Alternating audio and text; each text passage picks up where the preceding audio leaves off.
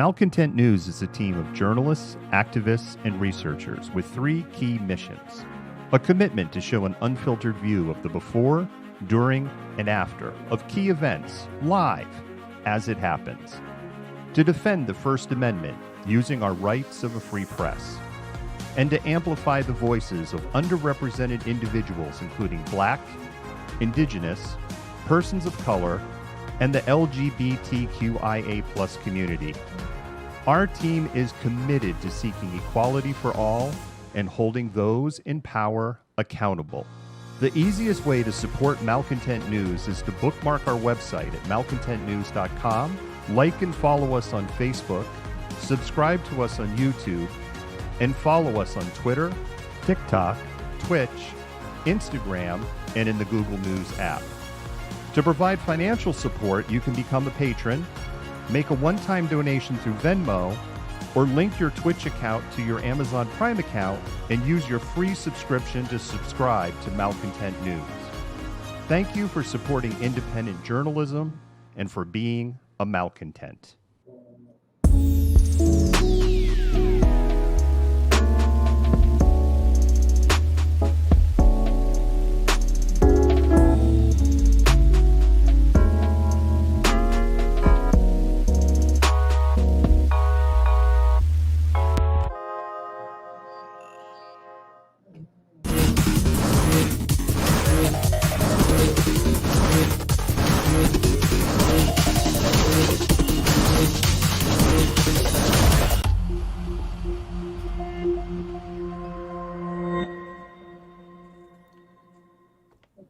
Good evening, Malcontents. My name is David. I am the Malcontent, and welcome to another episode of Malcontentment Happy Hour. Today is Thursday, April 8th, 2021.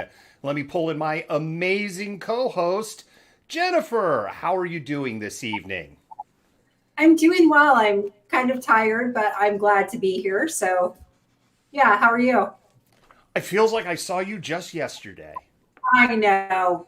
You just totally stole my line because I said that to you before we even logged on. But whatever. Jennifer, there's some breaking news that we have out of Idaho tonight. One of your favorite people has been arrested twice in 2 hours, and it's the fifth time they've been arrested since August of last year at the Idaho State House. Do you know who I'm talking about? I do. And David, if he would just stop breaking the law, he wouldn't get arrested. What is he thinking? Amon Bundy. Amon Bundy. Yes. So apparently he has a 1-year trespassing ban at the State House in Idaho in Boise. He showed up there today. He was arrested. He bailed himself out. And he went right back to the State House and got arrested again. And right now, my understanding is he is cooling his jets in jail.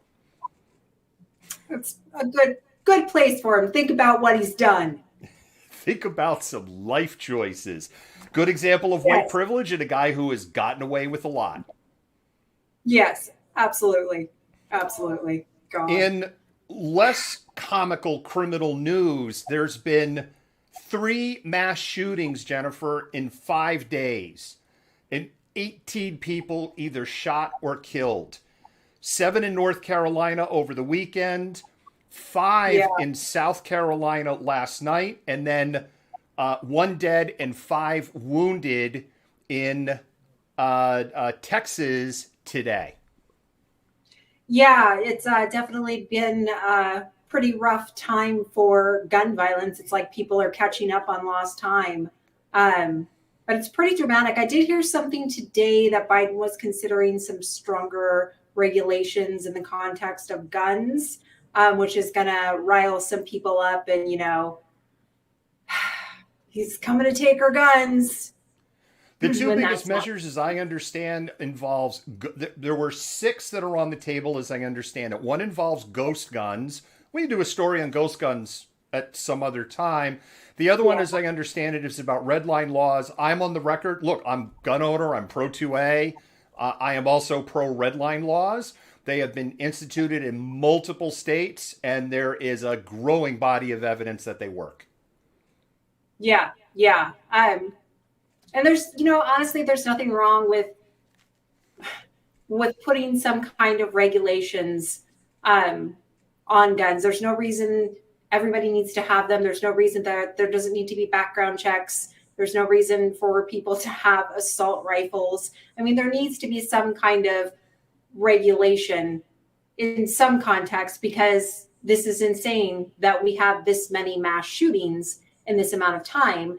And what happens, we have kids going back to school again shortly, a lot of students who haven't been in school for a long time. We know through the Marysville story that there's been a lot of animosity and tension.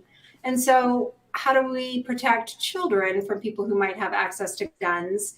And so we don't have another mass shooting like we had in Florida or, in other places.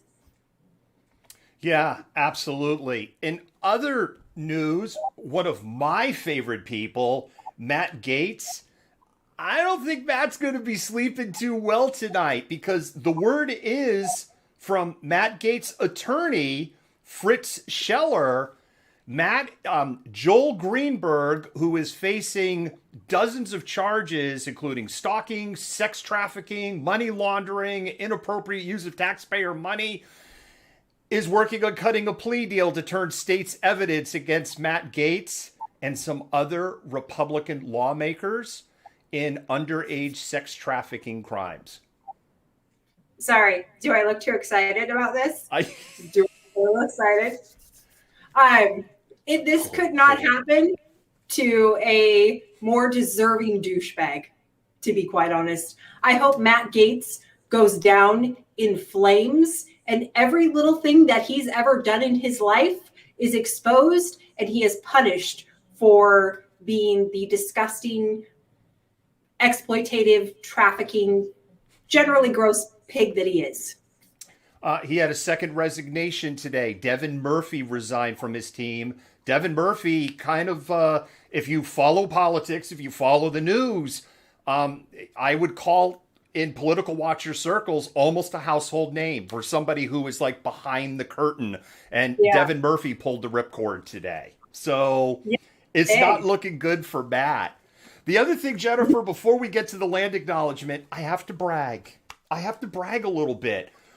Okay. Did a weather forecast and a long-term forecast back on March 27th, where I said that the last possible day for frost would be April 11th. And in that, I was advising people who garden and, care about and watch these things that you should really hold off if you can until April 11th. Guess what the temperature's going to be on the night of April 10th. So when you wake up in the morning of April 11th, guess what the forecasted temperature is going to be? Too cold. 31. Nailed that sucker 2 weeks in advance. Mods and admins have dropped the link to that March 27th story. If you're wondering why am I going crazy over the weather, that's how this whole crazy adventure started back in 2016. I became infamous or famous for my very accurate weather forecasts. I don't always get it right, but boy, I nailed that one. Good evening to you, Dora. And yes, I agree, Ursinate Burr. Jennifer, we ready to dive into the show and start the land acknowledgement? Let's do it. All right.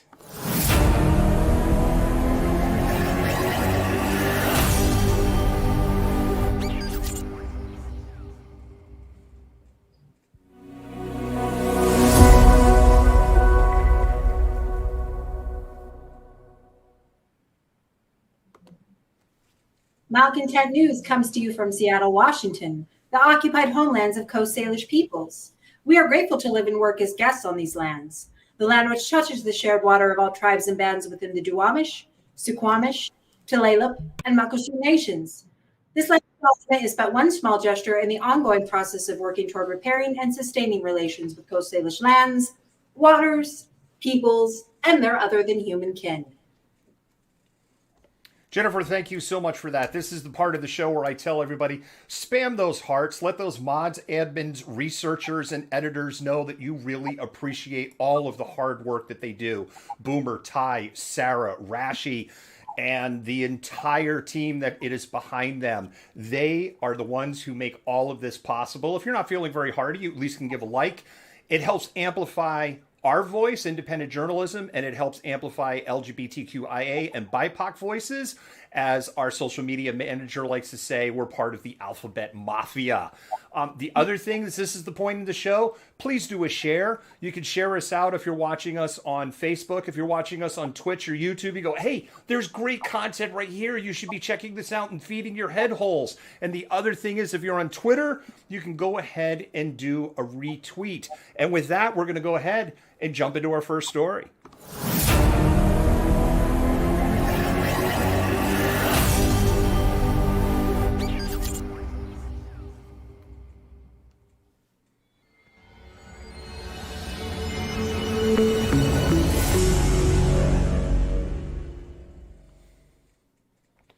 Jennifer, I just looked out at the little screen I have below the desk here, and I just see hearts flying. Thank you so much to everybody for spamming those hearts. That is how we are paid and fed. And I'm looking particularly a little too well fed lately, getting back into the jogging game because my ass has been doing too much seat time. Jennifer, I was able to sit down virtually with Elise Barrett today. She's been on the show before. Talk to us about COVID, and we had a wonderful conversation. With that, I'm going to go ahead and roll the COVID update. Okay. Hello, Elise. How are you doing this afternoon? Hi, we're doing good over here. How about you? Elise, I'm doing very well. Thank you so much. And thank you for coming back on the show. Let's do a COVID update. Well, we've got a lot to update. First of all, I know we've all heard a lot about phase 2, phase 3. We've probably heard in the news that some counties in Washington state will be moving back into phase 2 pretty soon. To give a little update on that, what happens is we determine that according to how many cases per the population and how many hospitalizations per the population. So as the number of cases rise, in an area, we're going to see an increase in hospitalizations, and as a dangerous strain, which we'll get more into a little bit later, circulates among the population, we'll start to see hospitalizations from illness rise. So in King County, we seem to be we've either crossed the line or we haven't yet, and we won't know until Monday, because on Monday the 12th, they will actually tally up the totals and decide if we actually have a handle on this thing. We know that there are some areas in Washington that are definitely going to have to move back into phase 2 just because of the prevalence in the community and the risk to the members of the community. This actually tends to echo not the density of population, which you might think because King County, Seattle, there's a lot of people here, or the economic income of the area either. What we've seen a lot is that areas that have dispersed communities that are more focused on manual labor, on community in one spot, and families that cohabitate intergenerationally, we see a greater likelihood of spread. So King County does have within its grasp the ability to stay ahead of the spread, at least until the vaccine really kicks in. And at this point, we have 1 in 4 adults in Washington vaccinated, which is actually pretty good considering that we've had sort of a slow rollout. And I know that everybody's heard that on the 15th, you will be able to get your vaccines age 16 and over. If you manage to get your hand on a vaccination slot, go ahead and get it. Don't worry too much about which shot it is, because the best shot for you in the moment is the one that's closest to your arm. Something that's interesting, the B117 variant out of the UK is becoming the dominant variant now in the United States. And what I understand, Elise, is that the number of cases that we're seeing is in a younger population, in part because a lot of the younger population isn't vaccinated. They are more likely to be out and about. And the B117 variant, the UK variant, the Brazil variant, all target younger adults. Unfortunately, this is part of the problem with an eternally mutating virus. Every time it passes from one person to the next, there is a significant chance that it will pick up a mutation that's useful to it. It is always mutating, but not every mutation will benefit it. Unfortunately, this time around, the B117 variant has picked up some very useful mutations that allow it to not only be more transmissible, but also potentially a lot more deadly.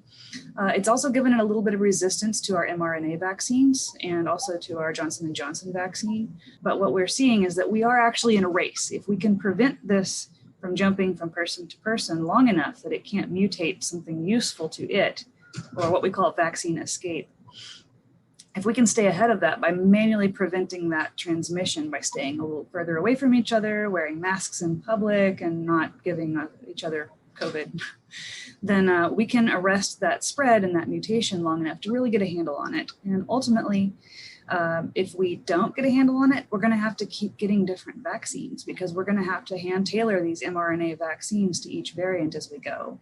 And you're noticing that you may not be hearing as much in the news about the South African variant. That's because the South African variant is highly susceptible to the Johnson & Johnson vaccine, which means that all they have to do is just go give everybody the Johnson & Johnson vaccine, one shot, 2 weeks later, everybody's immune. And you can't really spread it any further. And we saw this paralleled with the flu this year. King County Public Health announced no flu deaths for the first time since they have tracked flu deaths. That is in part because the flu wasn't able to escape the vaccine because there was not wide community spread this year. That's true. It's actually really exciting. Having worked in critical care and seen a lot of patients suffer terrible outcomes because of the flu in the past, the knowledge of no flu deaths in King County is a really big deal. And even bigger than that is that the impact of this may continue for the next few years. What we saw is that without the opportunity to jump from person to person, pick up point shift mutations, we've got a lot better control over and a lot better look at what the mutations are going to look like for next year. So the next flu vaccine is likely to be a lot more effective. And we don't have to worry about it jumping all over the place and becoming more and more mutated.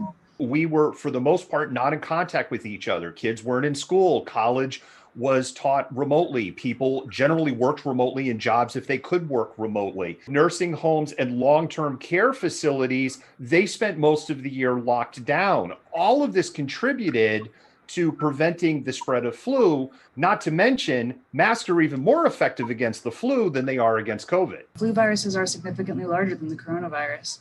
Additionally, once again, going back to vaccines, in the US, we actually had by far the greatest number of vaccinated individuals for the flu since we've started vaccinating. It's been above and beyond. We really got out ahead of it and interrupted it.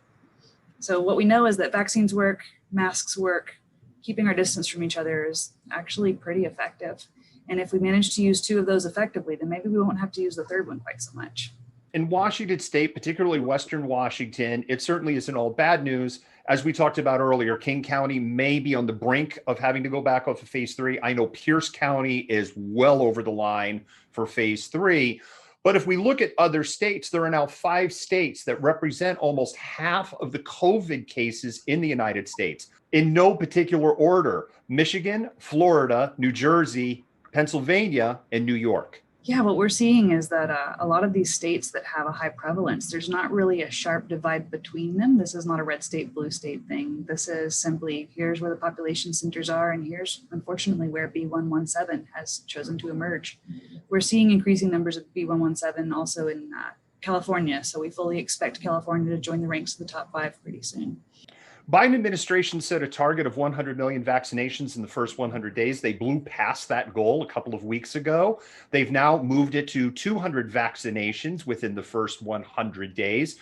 Do you think that they will achieve that goal? And how do we move people that are on the fence? I know there's some people, Elise, they're just not going to get the vaccine. There's nothing you can do to convince them. What about the people that are on the fence? How do we move them over the line?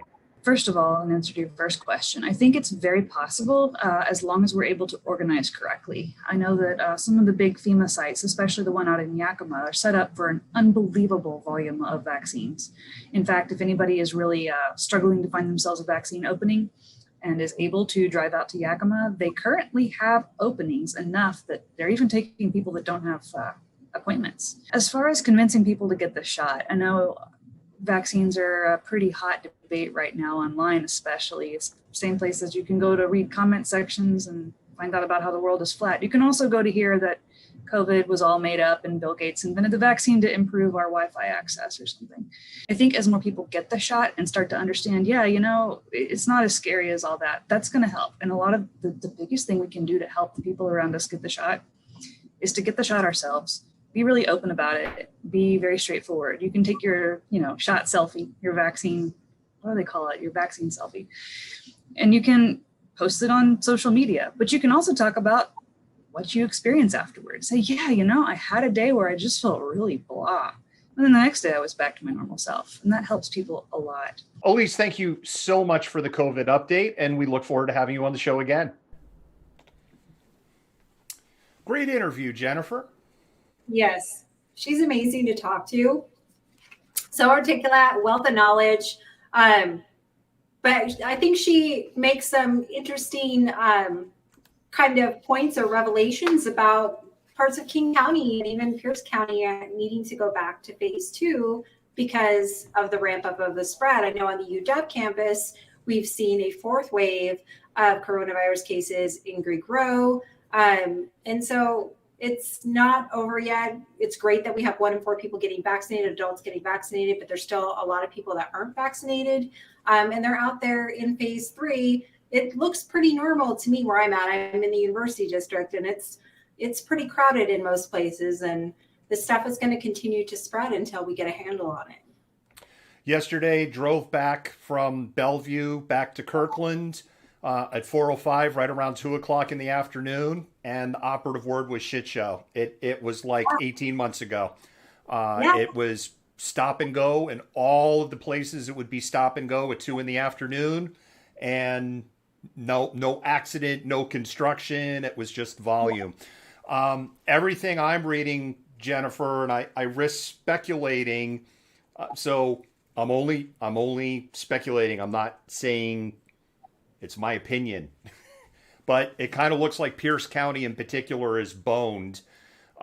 Based on their numbers and the reports that I'm seeing. I know that one of the affiliate stations had a headline like phase 3 slipping away in Pierce County. Yeah. I think we're probably in King County, not far behind it. Yeah, I've noticed the traffic increase too, because I get up at like 5:30 and go feed my horse in Renton and then drive back to Seattle. And even by the time I'm on, I-5 to Renton at like 5:45, 6 o'clock, coming back towards Seattle is already like gridlocked. So yeah, traffic is definitely back to normal. Yeah, it most certainly is. And we will continue to monitor this story. I'm sure that we will have an update on Monday. Yeah. Elise, thank you so much for that. And we're going to do a little pause for the cause, and we're going to be back with our next story. Okay.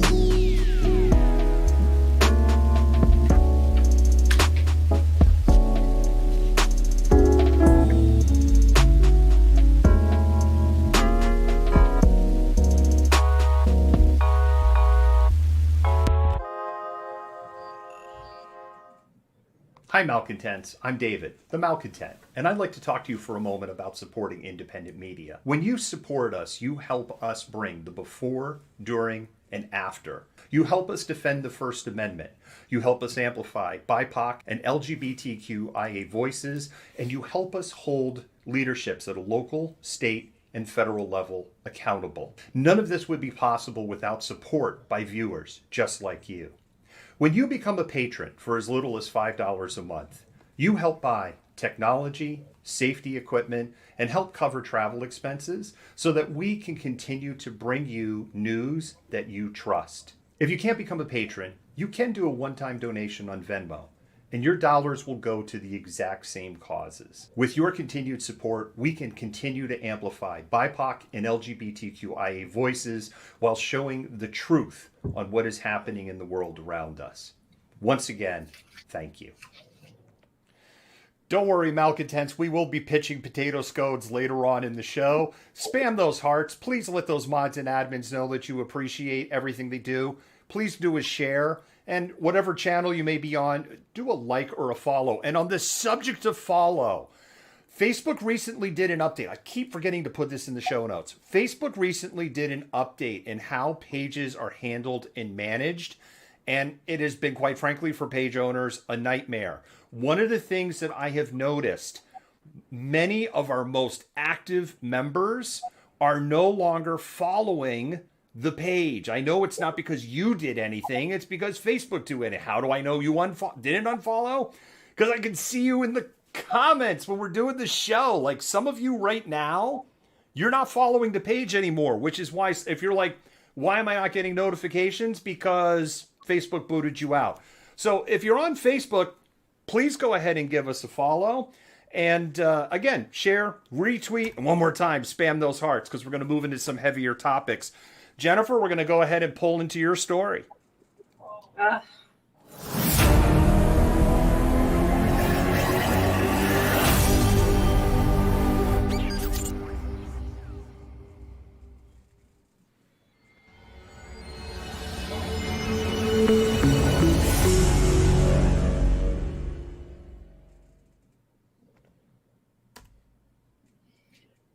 Here we are again. I'm giving another update on the Chauvin trial because in case you guys don't want to watch it because you can't stomach it, don't worry, I'm doing it for you and I can't stomach it either. But that said, there was some really important testimony today, and I know that we have a clip of some of the most significant remarks that came from the pulmonologist.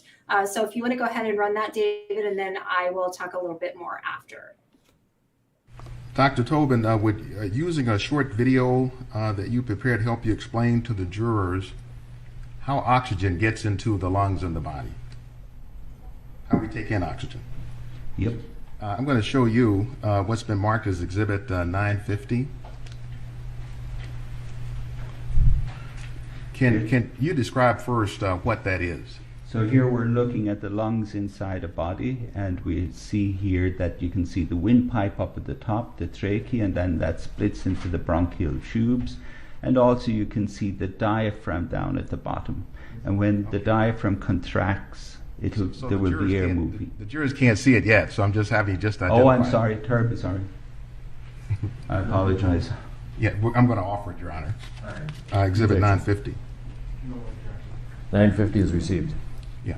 Please proceed. We can, we'll display it so the jurors can see it.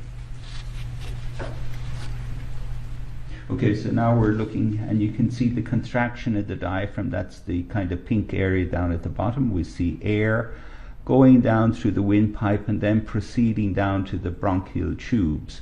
And then it was going to continue down the bronchial tubes until it will reach out to the air sacs, which will be the alveoli. And now we're seeing that we're moving down here, and these are like the grape-like structures down at the bottom, and this is where all the action occurs. The oxygen goes across those air sacs, and also the CO2 goes across them, then it's expelled back out.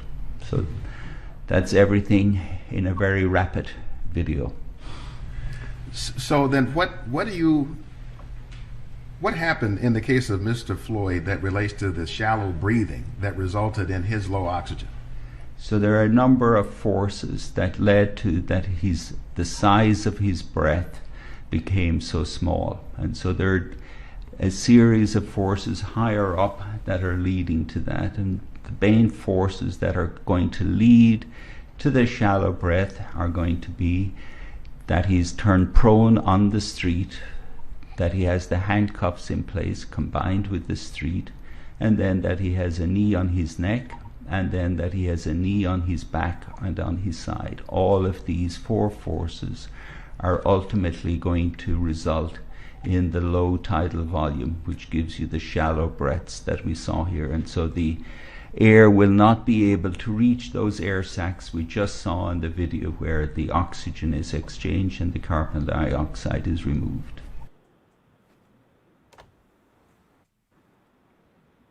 Yeah, so we had, all in all, there were 3 actual medical professionals that testified today. There was a pulmonologist, there was the emergency doctor that treated Floyd at the hospital, and there was also a toxicologist. There were other witnesses today too, but basically what continued was this kind of ongoing debate over what constitutes excessive force and when it's actually acceptable to use it.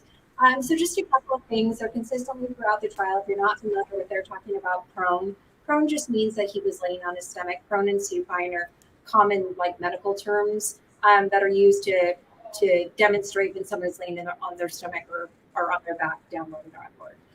So that's what they're talking about there. And so what the toxicologist said, I'll talk about that a little bit first, is basically that Floyd did have methamphetamine and fentanyl in his body, but it was an amount that is consistent with somebody who is still alive, meaning that is not what killed him. As the emergency doctor also stated, it was not a heart attack that killed Floyd, but rather suffocation. And there was questions about why there were no bruises on Floyd if he was suffocated. And there were, the response was that suffocation occurs and strangulation in a lot of people in the absence of bruises because there are so many variables to account for in the context of bruising or leaving behind actual marks.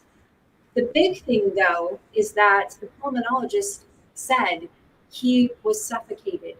He was basically strangled under the weight of Derek Chauvin's knee, across the back of his neck, and down his back.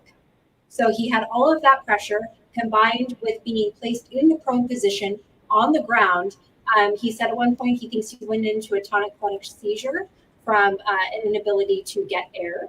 And that might have been one of the things that made them think he was still alive and moving at one particular moment in time. And he actually pinpointed in the courtroom when George Floyd took his last breath. They slowed it down, played it in slow motion. So the jury actually had to sit and watch George Floyd take his last breath in slow motion. So that was what's going on. It was a bad day for the defense today, because none of their cross-examination seemed to really be getting them anywhere or, supporting their argument in any way. And then I did find out too, we talked a little bit the other day about Eric Nelson is actually part of a large Minnesota law firm hired by the police union to defend officers who might come up against charges like these. He was not the first one who was supposed to take the case. There was another individual. That individual got sick. He was next in line because there's been a little bit of a debate among analysts that he seems like he is not well supported by his law firm. And they're like, no, he has an army of lawyers. These are the people that are helping him. But I kind of feel like at this particular moment in time, maybe none of them are really wanting to show their face on the defense for this case. But yeah, definitely a bad day for the defense. I hate to say that it's good news because it's not, but it does support the prosecution's case. Right. That he was indeed suffocated by Derek Chauvin and murdered. Well, we'll continue to monitor the trial. We have one more day of testimony, and then we'll do our next update, Jennifer, on Monday. Barring the news cycle, right? I always say, we don't know, but that is the plan. We will do an update. Thank you for continuing to follow this. It is really critical. I suspect that this trial will continue to go, well into next week and maybe beyond, with the litany of witnesses that they're calling. It'll be very interesting when the defense gets up. What experts are they going to call? Will Derek Chauvin testify on his own behalf? Generally speaking, not a criminal lawyer, but the little bit I know from following crime stories, a person will only testify on their own behalf if A, the feeling is they've got nothing left to lose, or B, they just really don't have much of a case. So if Chauvin doesn't testify, it'll just be interesting to see how all that plays out. Yeah, no, absolutely. Because it seems to me as of right now, every witness that has come up, that they've tried to build this case that, there was reason to use this excessive force, that the crowd was somehow unruly. Every expert witness they've called up thus far has refuted that. Like, they're trained to deal with these kinds of situations. There was no reason to continue to restrain him in that way after he was handcuffed prone on the ground. So I don't know. It'll be interesting if we know that if he testifies, then that he really thinks he's in big trouble. Yeah, and we will see how all of that plays out. A little bit pause for the cause, and we're going to go on to our next segment. All right.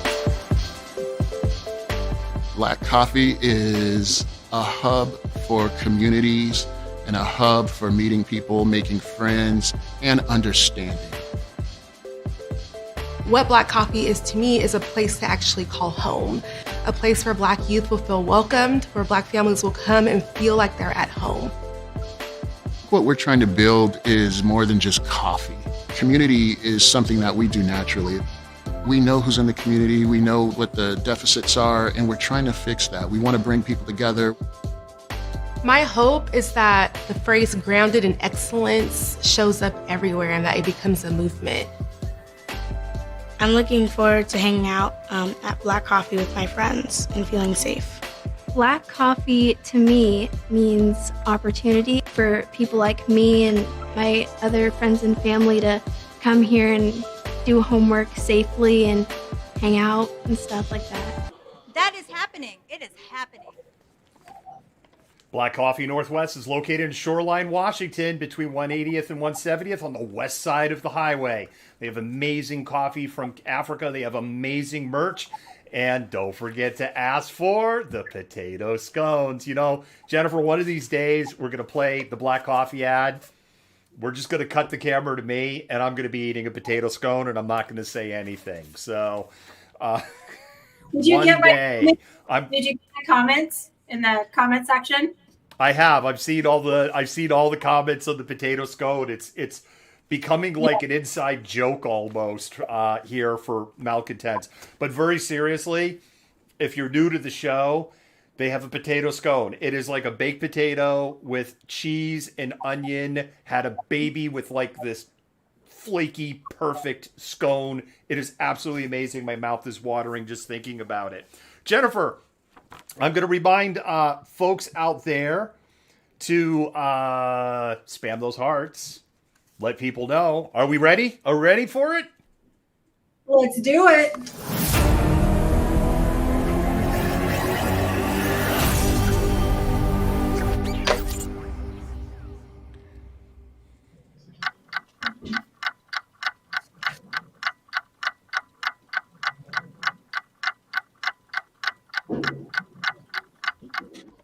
It's time for Malcontented Minutes. It is time where you get to pick the news. Mods and admins, go ahead and drop the link over into the comments. Go ahead and drop the link to the poll. A poll? Yes, there is a poll. Jennifer and I have 20 minutes. We have 10 stories that are teed up. We don't stick hard and fast to the 20 minutes, but we're going to try because the show's running a little over tonight. So we're going to try to keep it squeezed. And we get 1 minute to tell the story, 1 minute to unpack the story. You, the viewers, get to vote on the story that you want Jennifer and I to talk more about for a little bit at the end of the show. So mods and admins, go ahead and drop that link. Make sure you do it across the different channels. Jennifer, you're in the lead position tonight. Are you ready? I am ready. All right, we're starting the timer. There we go. So this has a little bit of a Washington-Seattle connection. So an Indigenous lawyer has been nominated as the solicitor of the Interior Department. It was announced yesterday that Robert Anderson, member of the Boy Fort Band of the Minnesota Chippewa or Ojibwe peoples, has been formally nominated for the solicitor position. Anderson has served as the Interior's principal deputy solicitor since January 20th, 2021, the start of the Biden administration. Anderson actually worked at the UW as a law professor for 2 decades and directed our Native American Law Center. He has also held visiting positions at Harvard. He has co-authored a couple really important texts, including Cohen's Handbook of American Indian Law, and previously served as the Associate Solicitor for Indian Affairs during the Clinton administration. Them Republicans aren't going to like another Indigenous person in the Interior Department. You know, those Indigenous people don't know how to make decisions in the best interest of their own people, David. What a crazy concept. The original first peoples of the nation being responsible for taking care of the lands and resources of the First Nation, of the nation, I should say. What a concept. I know, Jennifer, that I approve. And with that I'm going to take the liberty to say that's all I've got. And I'm going to go ahead and move on to story number 2. All right, so let's reset the clock. Story number 2, 28-year-old Joseph Russo is charged with multiple hate crimes after being arrested for 3 different attacks on Asians in Brooklyn, New York. And this one man, they say, is responsible for a month-long xenophobic, anti-Asian crime spree here in Brooklyn. And later on today, that man, whose name is Joseph Russo, will be in front of a judge facing a slew of charges here at court. Now, the most recent attack happening on Monday in Sheepshead Bay. Detectives say this is the 28-year-old caught on camera outside the J&R supermarket moments before shoving a 77-year-old shopper to the ground without provocation or saying a word. Also, last month, this disturbing scene playing out in Midwood along a row of retail shops. This is who police say is Russo, randomly grabbing a 32-year-old Asian woman by the hair and struggling with her, again, not saying anything or having any prior interaction. Jennifer, you got 55 seconds. So did the police say he was just having a bad day? I'm just curious. What a douche. Like, who does that? What an actual douchebag. back again to, I hate to say it again, but them damn white men of a particular age and generation have some real issues with white privilege and shit that they need to work through, come to terms with. He totally has like the douchebag swagger in that first video clip. Yeah, absolutely. And I'm not saying all white men. So before somebody says not all men to me, because I hear that a lot, I'm saying there are a particular like subset of white men of a particular generation, actually across multiple generations, that are still so invested in this idea of white supremacy and entitlement that this is the way they behave. All right, Jennifer, story number 3. Oh, Virginia. I gotta find my story notes now because I'm out of order here. So actually, Virginia becomes the first state in what's considered the South to ban gay and trans panic as a murder defense. So yay, Virginia, but how was this ever an acceptable defense to murder prior to this is beyond me. Virginia is actually the 12th state, including Washington and California, that no longer permits people charged with killing a person who identifies as LGBTQIA to receive a reduced sentence because of that. The bill was introduced by Representative Danica Roem, and Governor Ralph Northam signed it into law last week.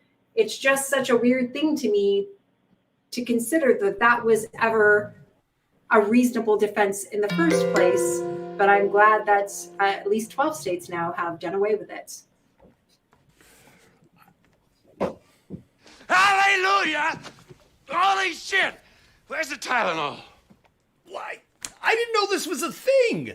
And like they have to make a law to say you can't use this as a defense. That's where the bar is at. I like Jennifer. This was like. When you shared this with me today, I'm horrified. I'm happy this was passed, but I'm horrified that some lawyer somewhere was like, "You panicked because they were gay, and we're gonna get you a lighter sentence by coming up with this. You panicked," and some judge and then probably some appeals court said that works. I know this was like mind-blowing to me that this was even a thing, but here we are. And they say they're the snowflakes. All right. I'm moving on to story number 4. Today is Holocaust Remembrance Day, and we have a story about that later tonight. Some of you may know the significance of the pink triangle and how the Nazis used that to identify LGBTQ prisoners. Prior to Hitler becoming chancellor in 1933, Germany had a thriving gay culture, and Berlin was considered the gay capital of the world. Starting in 1935, up to 100,000 people were arrested. About 15,000 of those ended up in concentration camps. Their suffering, though, didn't end at liberation. Sadly for many, it just continued. Some even found themselves going through the courts a second time, being arrested for what was called antisocial behavior and being in prison. It wasn't until the 1970s when these survivors were acknowledged. The 1966 musical Cabaret helped raise some awareness to this, along with the Mel Brooks movie To Be or Not to Be. So on Holocaust Remembrance Day, it is proper to remember all victims of the Nazis, including the LGBTQ community. Jennifer, you have 45 seconds. So I think I'm going to, since we're doing a light story on our little story on this a little later, I think I'm going to save my commentary for then, so I don't go over and repeat myself. Fair enough. We will go ahead and reset the timer and move on to story 5. Hey guys, guess what? Even though Joe Biden got elected, there's still a lot of problems at the border, like tons of problems. So according to the Washington Post, March of 2021 was the busiest month at the border in nearly 2 decades, with the U.S. taking in 172,331 migrants into custody. This includes almost 19,000 teens and children that arrived without their parents. And compared to March of 2020, this number is nearly 3 times higher. Customs and Border Patrol notes that many migrants are part of repeat crossing attempts, and some were previously expelled under the Trump administration's emergency health order called Title 42. And while Biden has publicly addressed the ongoing crisis, this begs 2 very important questions. Why are people migrating in such huge numbers? And what role does ongoing U.S. intervention in Latin America play in these mass migrations? Jennifer, I'm so like you were 60 seconds to the dot. It was impressive. Thank you. You had 2 Category 5 hurricanes devastate Latin America within just a couple of weeks apart of each other. Nicaragua, a country close to my heart, actually didn't get it as bad as Guatemala and Honduras to their north, which were just devastated. The other thing that's happening is a lot of these countries depend on tourism, and COVID has absolutely gutted that. Not to mention they've had a relatively impotent COVID response in Latin America for a litany of reasons that I can't unpack for in 60 seconds. The other thing is you just have a lot of dirtballs that are lying to desperate people going, hey, the border's just wide on open because Joe Biden's president, and they're so desperate that they believe it. So they're going into debt for thousands upon thousands of dollars to find it's all a lie. And that's my unpack, and I'm going to go ahead and remind you that there's a poll. Mods, admins, go ahead and drop the poll link one more time. We're halfway through the lineup. If we've covered a story and you're like, I want David and Jennifer to unpack that story more, you can vote. But we always like to say you should wait until we've given you the full meal deal. But we can go ahead and drop the link into the poll one more time so people know where it is, and you can see those list of stories coming up. You may look at that list and go, I want to vote for this one now. And with that, I'm going to go ahead and start the timer and go to story number 6. Amazon's challenging hundreds of union ballots in Alabama, and it sure looks like the measure is failing. There were reports tonight, as we predicted, Amazon's challenged hundreds of ballots in the vote for unionization in Alabama. The New York Times reported that about 55% of employees participated, so about 2,800 people voted. It is worth noting, not all employees were eligible to vote. There has not been a breakdown of eligible voting employees that actually voted in that number. Early reports are indicating that the measure is failing by a very wide margin, as much as a gap of 2 to 1. However, both sides are making it very clear that they are lining up for a long legal battle. Jennifer, you get some bonus time. 5 words, people. 5. Count 5. Seize the means of production. Capitalism sucks. Worker exploitation. This is divisive. These tactics were like intentionally divisive that were deployed by Amazon to create conditions like this. And now you're going to have increased animosity in the workplace. You're going to have people not getting the protections that they need. And Amazon and Jeff Bezos in particular are going to continue to line their pockets. That's all I got. All right. So we'll roll you over then to your story number 7. Ooh. Yeah. What kind of asshole pays their former employee in pennies? Well, let me tell you, this one asshole in Georgia did. After waiting for months, man in Georgia Andreas, finally... you're going to play the clip, sorry. After waiting for months, man in Georgia finally got paid from his last job, delivered to him in pennies, dumped in the driveway. What a class move, right, by his former boss. Andreas Fladden left his job at an auto repair shop in November, waited a long time for his final check, even contacted the Department of Labor, that is, for help. He finally got paid $915, all in pennies, dumped in the driveway, covered in some kind of oil or grease. Now he spends every night in the garage, cleaning them off one by one. I think that's going to be a lot of work for money I've already worked for. It's going to be hours upon hours of just trying to clean this money up just so it's even able to be spent. It's definitely not fair at all.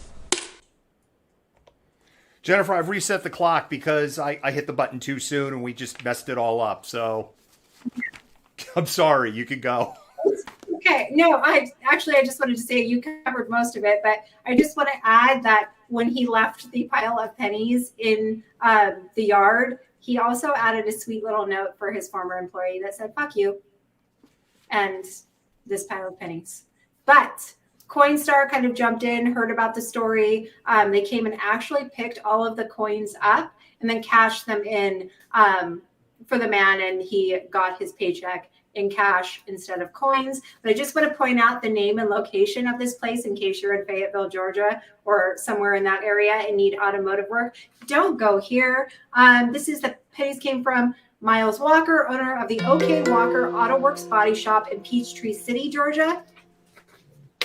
Don't use that man's business if you're in Georgia and your car breaks down. Find a different place. I'll even help you. Just message me. Peachtree City would be outside of Atlanta, if I remember my Georgia geography. I know we're a little over time in this story. I just want to say I love that the talking head broke the fourth frame and had a malcontented minute. Malcontented moment, I should say, when he made his little editorial comment about, what a guy or something like that. Yeah. I just busted out laughing the first time I saw that clip, because it's like I'm thinking to myself, Jennifer, there's no way that was on the teleprompter. He read that story and was just like, ow, my brain. All right. If you want us to unpack that more, you can. We'll talk about it more. Let me go to story number 8. The Kitsap Sun is reporting that a 61-year-old Silverdale man who lives in the Vintage at Silverdale Senior Apartments was tripping balls on acid and went on a rampage. According to officials, they received an automated 911 call after a fire alarm was pulled. When police arrived, a chair was smashed through a 4th floor window. The police report extensive damage to furniture, fixtures, and 9 broken windows. The unnamed man was taken to St. Michael Medical Center, where he made threats of violence, rape, and used racial slurs. His wife said that he frequently uses acid, but may have taken a little bit too much, and he got some bad stuff. He is booked in the Kitsap County Jail. Open the doors of perception. Meanwhile, look at me. You come here to kill me. Bullfrog kill. Meanwhile. What do you even say to that? The dude clearly had a bad trip. Well, you and I were talking a little bit earlier about he's threatening violence, rape, and hurling all these racial slurs, which has to be somewhere already within his character and part of his true self, because I don't think you can just blame that on a bad acid trip. Sadly, yes. Yeah. So, yeah, but maybe the dude should stop tripping balls on acid, or maybe check where he's getting his supply from, because that clearly was not good shit. That's all I'm going to say about that. I wish there was video to this story. I really do. Yeah. I could just picture the police pulling up to a senior living apartment building thinking they're on a fire alarm call. And then a chair comes flying out of the 4th floor window to the sound of shattering glass. All right, Jennifer, with that, you can start story number 9. I was a little conflicted using this as my feel-good story, because I think part of it is a little bit gross, but I'm kind of glad they made amends, and the people who got the opportunity to share their creativity and performance got to do it. So on a recent segment of The Tonight Show, TikTok star Addison Rae showed Jimmy Fallon how to perform some of the most popular TikTok dances. Not long after, Fallon and Rae came under fire for not allowing the actual curators and performers to demonstrate their work. All of them except one were BIPOC. After increasing backlash, however, Fallon actually brought the creators and performers onto The Tonight Show to discuss how they developed the dances and then performed them. While the initial oversight is still super cringeworthy, I will give credit where credit is due, and Fallon and The Tonight Show get some for attempting to right that wrong.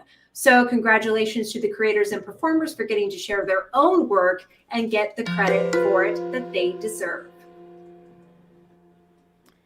Yeah, I like this story. It's a good story.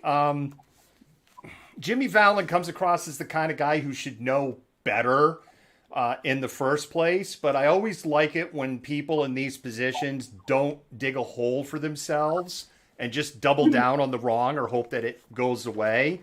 And so for that, I will say that Jimmy Fallon did the right thing. Jennifer, I wouldn't normally do this on the air. What's been happening? You've been wiggling through the show, not like wiggling like this, but like wiggling over. And I need you to take like one step over closer to your mirror. There you go. You're almost getting covered up by our comet stream when we go full frame. And on the subject of full, I'm sorry? I'm super fidgety tonight, so I've been moving back and forth. You are framed much better now. And with that, we're going to go ahead and reset the timer, and we're going to go to story number 10. Story number 10. Enjoy some ringtail lemurs at the zoo.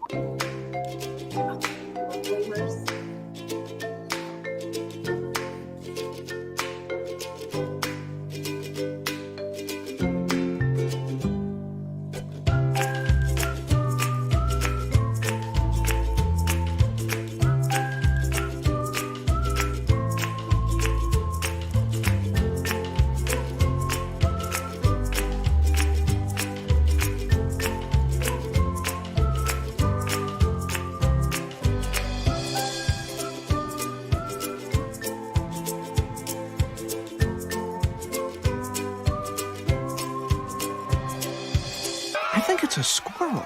Welcome, giant pansies. Please feel free to bask in my glow. Definitely a squirrel. Yep, squirrel. Jennifer, you got 60 seconds. I don't have anything to say. How do you even follow that? They're adorable. However, I would have liked to see you perform the I Like to Move It song from Madagascar. That would have really put like the cherry on top of the icing for me. On the subject. Go ahead. Sorry. And probably others. Others would have enjoyed that too. I'm sure. On the subject of something like that, that would probably be a really fast way to get knocked off the air. Jennifer, remember we did the UFC story and we got knocked off the air on Facebook when we did the UFC story? Yeah, I do Facebook remember. just sent their apology letter to us 2 days ago. By the way, I forgot to mention that to you. Whatever, Zuckerberg. To be a content creator. By the way, Converge Media Omari, hello, and thank you for sharing the stream. And it's time to vote. I saw that the link was dropped in one more time already. Go ahead and vote on your favorite story. By the way, if your favorite story was lemurs, vote on lemurs. We know there's nothing to unpack. We'll just play the video a second time if you want to see lemurs. Jennifer, I think one day we are going to see the animals win. With that, I'm going to go ahead and jump for a quick pause for the cause. We're going to go to our last story for the night.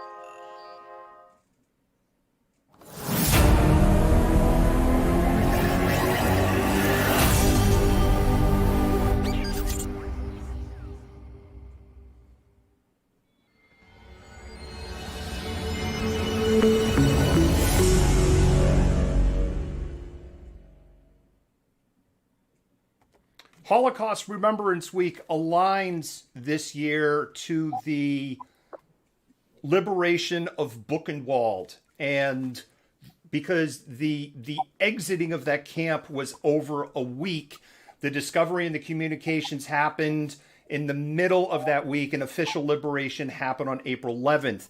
Today was Holocaust Remembrance Day in Israel. If you're not familiar with this, siren sound and everything stops in that moment while it's going on.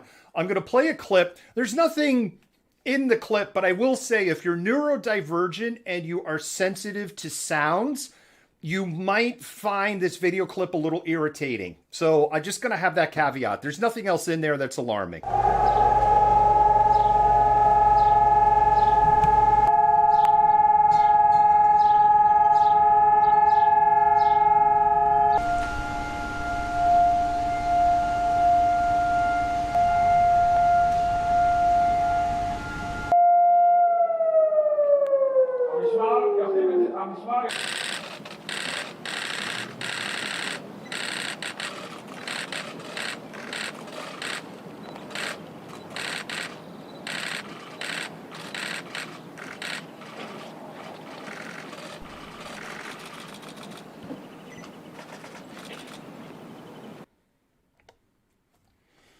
So a lot of people don't have a full understanding on the Holocaust. The Nazi final solution for the Jewish peoples didn't really start in earnest until 1942. And what I mean by that is the actual wholesale industrial grade execution and extermination of human beings.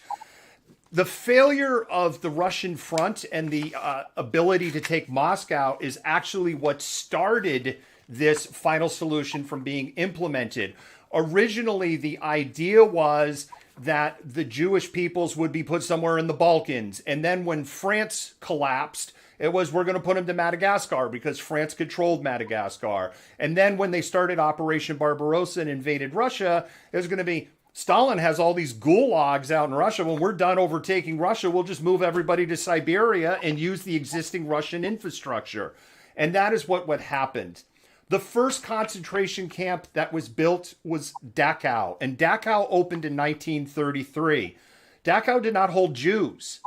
It held socialists, communists, trade union leaders, college professors, activists, journalists.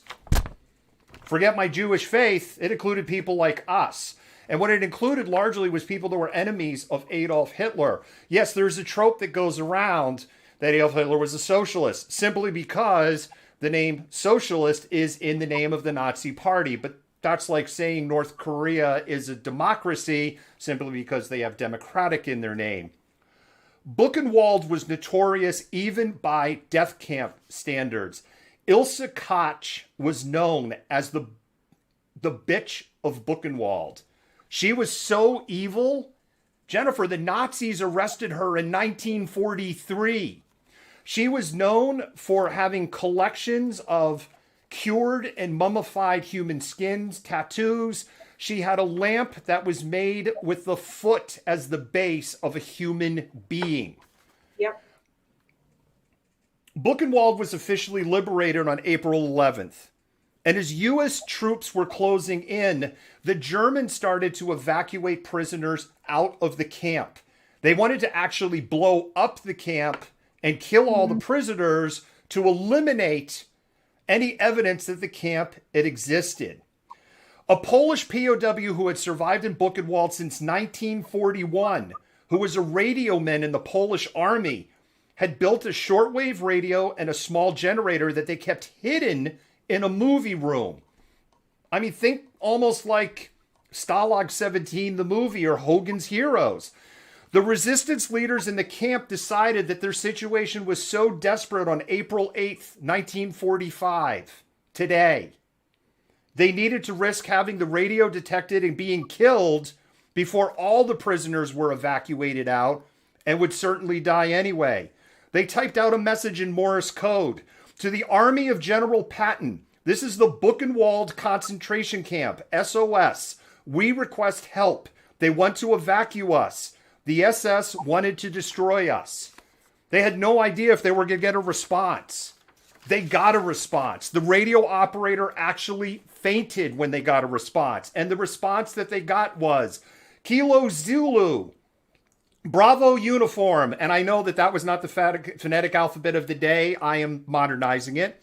Hold out, rushing to your aid, staff of 3rd Army. The inmates staged an uprising. They had using weapons that they had stolen since 1942. They had 92 rifles, Jennifer, and 1 machine gun. They overran the small group of guards. They literally tore some of them to pieces with their bare hands. They took some others as prisoners.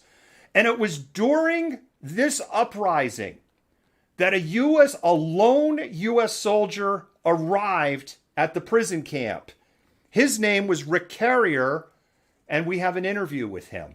Rick Carrier is one such hero. The World War II veteran was the first American to discover Germany's Buchenwald camp, ultimately leading to its liberation. I spoke to Rick Carrier, and now, even at 90 years old, he relives that day in incredible detail. Here is his story. I saw the opening of Buchenwald, the main gate, and I went up there because I wanted to find basic material for engineering. That we needed rocks, we need timber, we needed greenery, we need all sorts of stuff to build roads with. And that was my job, was to find these things. When we went up to the camp and went in there, I was very cautious. And when I got in there and looked at it, I said, woo. I parked the Jeep in the woods and then walked around the other side, and they were over to the barbed wire fence. When I got there, I looked down, and there was a guy crawling underneath the wire because they'd cut off the electricity. And he was snaking underneath the wire, and the barbed wire was ripping his back like a cat was ripping apart. And I mean, his back was just streaks of blood. It's torn up because he wanted out of there. Yeah. I got down and I got my clippers out and I cut a big oval in the barbed wire, and he got out. But when he got out, he stood up. Now this man was nothing more than a human skeleton with skin on it. His eyes were black rings and little dots in them for the irises. Every part of his body had sores on it, vituperating pus coming out of the eyes. But he came at me, and I saw something in his eye that I had never seen before. What was that? I could see love, and I could see affection pouring out of the eye, this body, and the hands on it, and he couldn't speak. And he was walking toward me, shuffling, and he knew what I gave him. But he wanted to tell me that, and behind him was 3 others coming out with him, and they come over to him, and I said, whoa, wait a minute. Now, the odor in this situation was unbelievable. You think about a rotten egg, well, just think of rotten egg and a dozen other things that are foul smelling, because that woofed in me, and I felt myself begin to collapse again, because that happened earlier, and I really started to go down. I said, no, I can't do this. So I backed up a little bit. When I backed up, I heard machine gun fire, and behind me, up in the tower, clock tower in the front, the machine gun bullets knocked the glass out of the front, and I looked up, and it was 3:15 in the afternoon. It stopped. And I said, it's time to get out of here. I spoke to my colonel. He said, I'd already spoken to the Eisenhower's office and also Patton's office, and I want you to go up there, back to the camp, and be there tomorrow morning at 8:30, so that when the tank comes down from this 8th Army Tank Corps, you show him where this is. And then he'll go up, and you then blow off the rope and get it with him, and then call us and tell us it's okay to come up. So that became the official opening day for Liberation Day for Buchenwald. And so that, the 11th, is the official day. That way we had everything up. But when we got up there, the tank got up there, I blew the lock off the gate. The lock was nothing more than a chain and I wrapped primer cord around the chain, and they were like a pair of big shears cutting it off. And the lock fell on the ground, and the chain fell, and the hand of one of those guys come out and took it in, a souvenir. And then the gate slid open, the tank went in, and all the guys piled out and started giving chocolate to it. And they didn't know at the time, but 2 pellets took the chocolate and ate them. And they took 3 steps and fell dead. They couldn't take it. And within minutes, nurses and doctors came in and said, you can't feed these people that. And they started taking them, cleaning them up, delousing them, and taking them in place and giving them bath. So just to clarify, because I'm seeing in the comments over here, that interview was in 2015. The date was on the lower third, but you might have missed that on the lower third. Rick Carrier, original Antifa soldier in an original Antifa uniform, with an amazing story. He seems, Jennifer, like such an amazing man in that interview.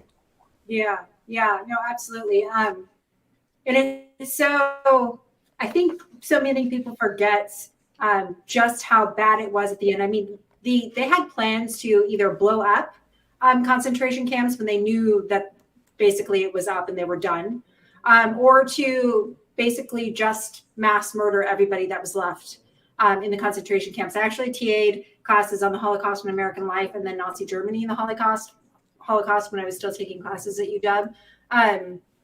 And so we actually showed students some of the videos that were made when they were actually liberating the camps, because they went in and took videos for evidence at the Nuremberg trials. And so there were actually people that collected, SS officers that collected shoes, they collected jewelry, they had mass pits of dead bodies. And a lot of the German people were like, we didn't know what was going on, but these same people in the villages down below saying they didn't know what was going on were actually going up and reburying the bodies farther away because they could smell them down in the town and they didn't like it. So the German people were actually very much complicit in this. So I think there's so much people still don't fully understand about the Holocaust, but it's an important thing to learn about because it's not something that could never happen again. I mean, we've seen civil war, genocide, all of these things, not to the degree of the Holocaust, but it is something that eventually could be repeated if we don't remember what happened 7 decades ago. Yeah. I'd like to add to that story in that I had an opportunity to speak to a gentleman named Joe. Joe was in the Armored Infantry Division, Battalion 6, and was among the first U.S. troops inside the Buchenwald death camp. And Joe got to tell me about his experience. What he told me was, first of all, they were a little frustrated with the prisoners. They had orders to take any guards they found alive for interrogation, and the prisoners had killed almost every guard in the place. And it is from Joe's account that I learned, in some cases, ripping them apart with their bare hands. They did have a small group of guards that they were there that were being held at gunpoint. They took charge of them. The U.S. troops were so angered, so horrified by what they saw. My father told me that the squad that they were in, I just gave away the punchline by accident. The squad that they were in made them stand on a pile of rotting corpses and told them that if they got off that pile, they would shoot them. He told me that the smell was unthinkable, beyond comprehension, and how they were just scarecrows. They were just human scarecrows.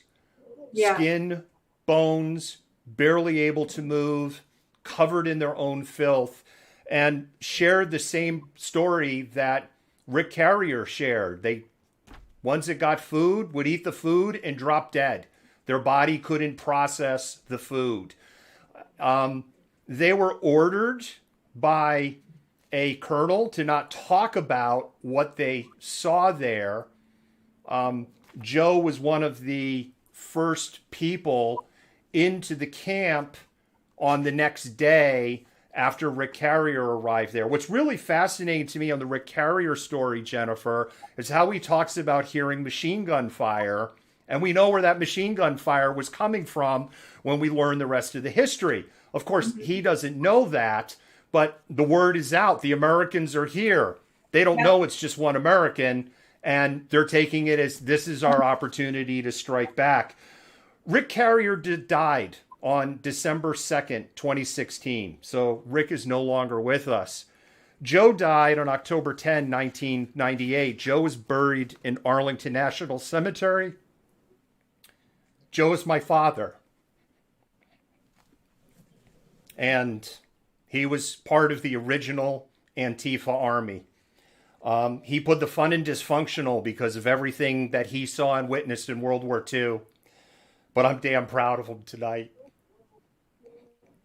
So I was an honor to hear his story, which he told me in one evening, and he never spoke of it again. And I'm sure glad I got to hear it, and I'm sure glad I got to remember it. Definitely. Props to your father, David. He's a good man. Mods and admins, what is the winning story? And while we wait for the winning story, we'll do a little pause for the cause. Malcontent News is a team of journalists, activists, and researchers with 3 key missions. A commitment to show an unfiltered view of the before, during, and after of key events, live, as it happens. To defend the First Amendment using our rights of a free press. And to amplify the voices of underrepresented individuals including Black, Indigenous, persons of color, and the LGBTQIA+ community. Our team is committed to seeking equality for all and holding those in power accountable. The easiest way to support Malcontent News is to bookmark our website at malcontentnews.com, like and follow us on Facebook, subscribe to us on YouTube, and follow us on Twitter, TikTok, Twitch, Instagram, and in the Google News app. To provide financial support, you can become a patron, make a one-time donation through Venmo, or link your Twitch account to your Amazon Prime account and use your free subscription to subscribe to Malcontent News. Thank you for supporting independent journalism and for being a malcontent. Jennifer, go ahead and spam those hearts, by the way. Our community has decided we are not going to end on a high note tonight. I don't think we necessarily ended with the story of my father on a low note. But with that said, the winning story tonight is the 28-year-old Joseph Russo arrested in New York City for 3 Asian hate crime attacks. That's the story they want us to unpack. They get to pick the news.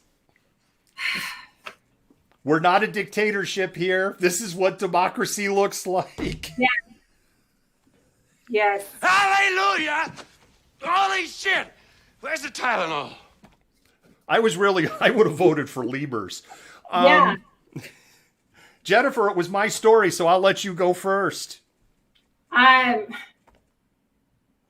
don't even know where to begin with this and things that we have not already said about the way in which white supremacy functions, systemic, I'm tired, it's Thursday, guys, sorry. Systemic white supremacy functions, and the way in which the nation has always kind of embodied and supported a hatred of Asian peoples, which has been evidenced through numerous acts and legislation throughout history. You know, we have the Chinese Exclusion Act, which led to multiple riots on the West Coast. Anti-Chinese violence continued well into the turn of the 20th century. We had the Gentleman's Agreement after that between the US and Japan, which fundamentally limited the kinds of Japanese people that could immigrate into the United States. There's been a whole bunch of stereotypes aimed at Asian people, and Asian is such a broad term and encompasses so many cultures and people that it's not even really an accurate term, but many Americans, particularly many white Americans, cannot differentiate between different Asian cultures, so they've all been lumped into one seeming culture. I don't even know where to go with this story, David. It's grotesque. I don't know what possesses somebody to behave in that way and to, do that kind of stuff. But I hope he pays some pretty significant consequences for it. And that's part of it. If there were significant consequences for these actions, there would be less of these actions. We hear this all the time from the back the blue and the people that commit these kind of things. Their side want the book thrown at criminals. But when it comes to the other side, all of a sudden they don't care. I mean, Jennifer, did you see the big Quanon protest for Matt Gaetz and Save the Children? Oh my God. Why? It's just silence. It's just silence, right? And it's just another example of that. Jennifer, I don't know if we talked about the myth of model minorities when you were on the show or not. You've been on the show now for almost a half a year. Were you on the show when we did that story?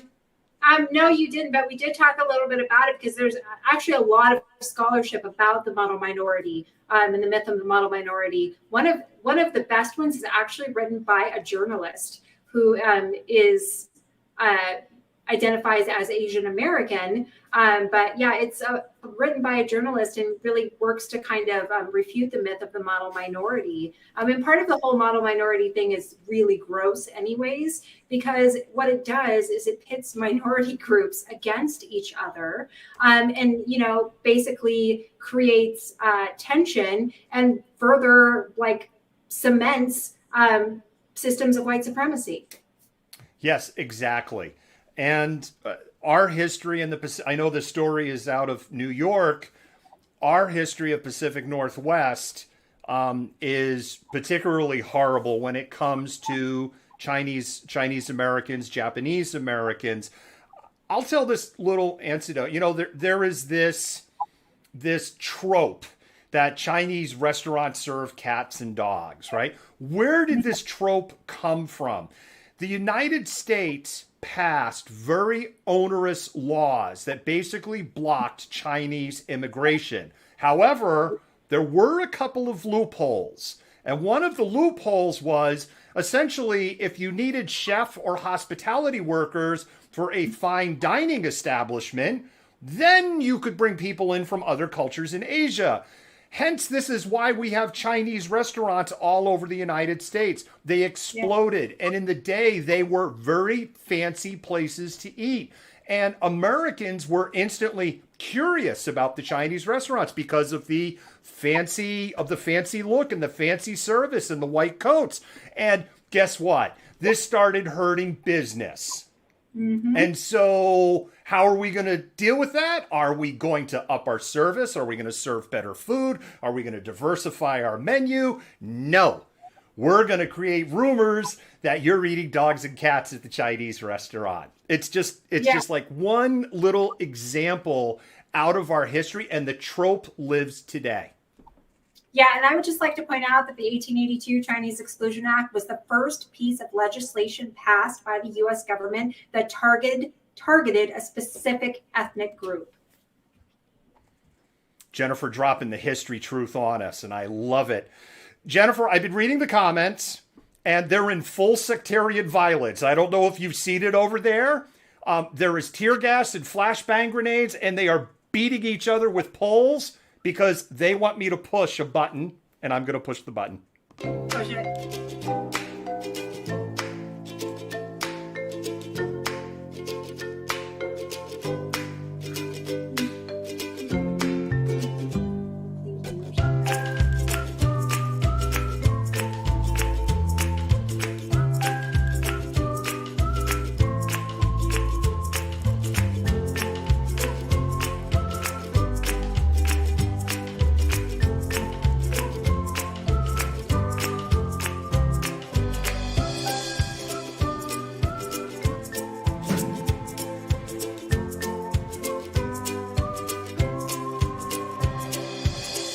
It's a squirrel. Welcome, giant pansies. Please feel free to bask in my glow. Definitely a squirrel. Yep, squirrel. We definitely have squirrels in our yard, Jennifer. They're like, welcome to my presence. Yeah.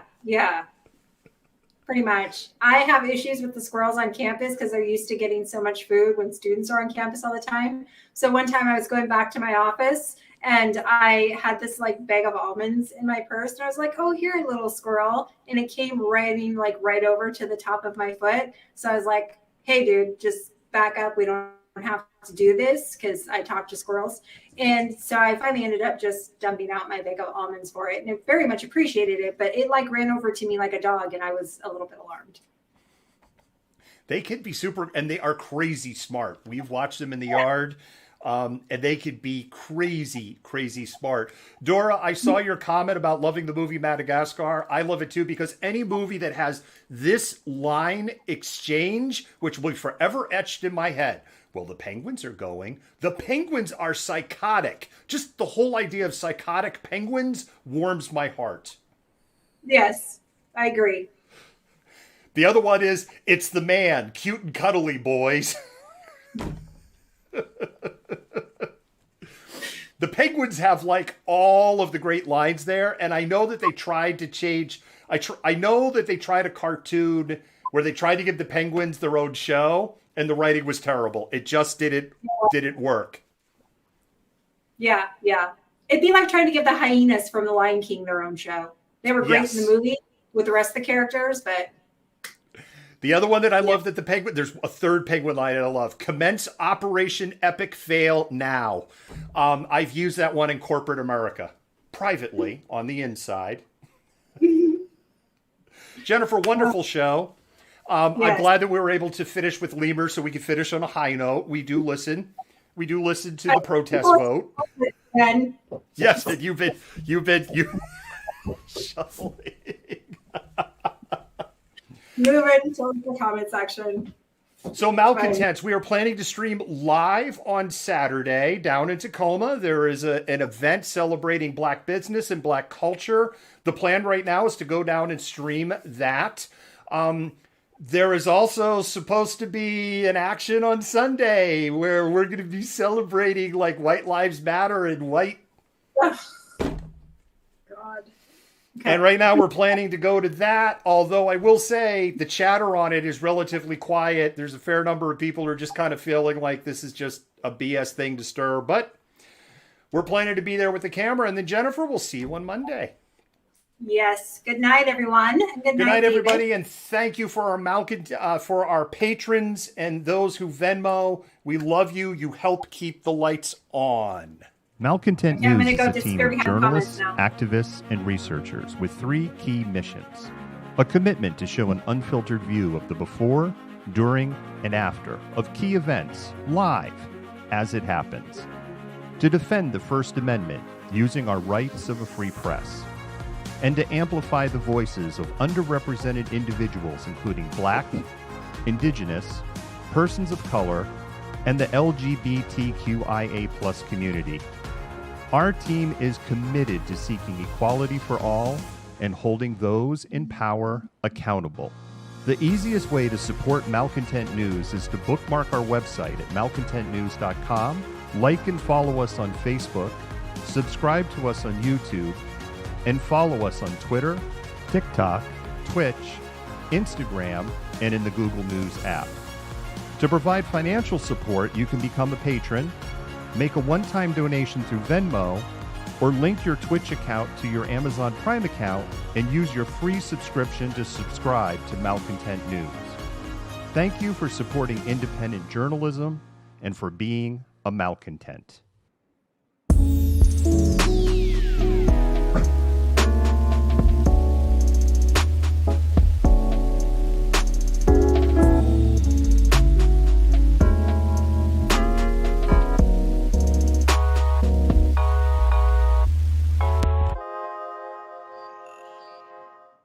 You fit the profile. You're the malcontent. Nobody wants to hear the nonsensical ravings of a loudmouth malcontent. Fuck you! You are the biggest hypocrite on the face of the planet. I say that